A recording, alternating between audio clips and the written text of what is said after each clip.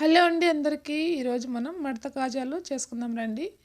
ముందుగా 1½ కప్పు గోధుమ పిండి వేసాను. అందులో 1 స్పూన్ నెయ్యి కూడా వేసి బాగా పిండి అంతా కలిసేటట్లు ఇలా కలుపుకోవాలి.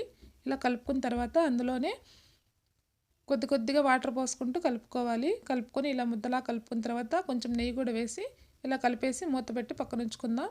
ఇప్పుడు స్టవ్ వెలిగించుకొని మనం ఏ కప్తో అయితే గోధుమ పిండి వేసామో అదే కప్తో ఒక ఫుల్ కప్పు చక్కెర వేసుకొని ఒక గ్లాస్ వాటర్ పోసుకొని ఇలా పాకంలాగా పట్టుకోవాలి. ఇలా పట్టుకున్న తర్వాత మనం ముందుగా పిండిని మూత పట్టి ఉంచుకున్నాం కదా, బాగా నాని ఉంటుంది. ఇప్పుడు చపాతీలాగా రుద్దుకోవాలి. మరీ పలచగా ఉండకూడదు, మరీ మెత్తగా మందంగా కూడా ఉండకూడదు. ఇలా మీడియంగా ఇలా రుద్దుకున్న తర్వాత చపాతీని ఇప్పుడు దానిపైన నెయ్యి కానీ ఆయిల్ కానీ కొంచెం వేసుకొని ఇలా బాగా చపాతీకి అప్లై చేసుకోవాలి. ఇలా అప్లై చేసిన తర్వాత పొడిపిండిని కూడా చల్లుకోవాలి. పొడిపిండిని కూడా చల్లుకొని ఇలా బాగా అప్లై చేయాలి. ఇలా చేసిన తర్వాత ఇప్పుడు రోల్ చుట్టుకుందాం. ఇలా ఒక సైడ్ నుంచి ఇలా రోల్ చుట్టుకోవాలి. ఇలా రోల్ లాగా చుట్టిన తర్వాత చూడండి, ఇలా చిన్నగా రోల్ చుట్టిన తర్వాత ఇలా బాగా ప్రెస్ చేయాలి. చేసి ఇప్పుడు చాక్తో చిన్న చిన్న పీసుల్లాగా కట్ చేసుకుందాం.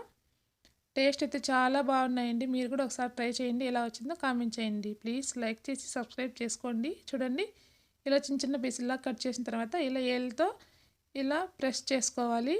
ఇలా చేసుకున్న తర్వాత ఆయిల్ హీట్ ఎక్కింటుంది కదా, ఇప్పుడు ఒక్కొక్కటిగా వేసుకొని గోల్డ్ కలర్ వచ్చే వరకు వేయించుకోవాలి. చూడండి, ఇలా మంచి కలర్ వచ్చాయి కదా, ఇప్పుడు తీసి పాకంలో వేసుకుందాం. మనం ముందుగా పాకం పట్టుకున్నాం కదా, ఆ పాకాన్ని మళ్ళీ కొంచెం గోరువెచ్చగా చేసుకొని ఆ పాకంలో వేసుకొని మూత పెట్టి 10 నిమిషాల పాటు అలాగే వదిలేయాలి. అంతేనండి, చిట్టి చిట్టి కాజాలు రెడీ అయిపోయినాయి. చూడండి, చాలా టేస్టీగా చాలా బాగుంటాయి. చాలా సింపుల్ రెసిపీ. చూడండి, మీరు కూడా ఒకసారి ట్రై చేయండి. ఎలా వచ్చిందో కామెంట్ చేయండి. ప్లీజ్ లైక్ చేయండి, సబ్స్క్రైబ్ చేసుకోండి.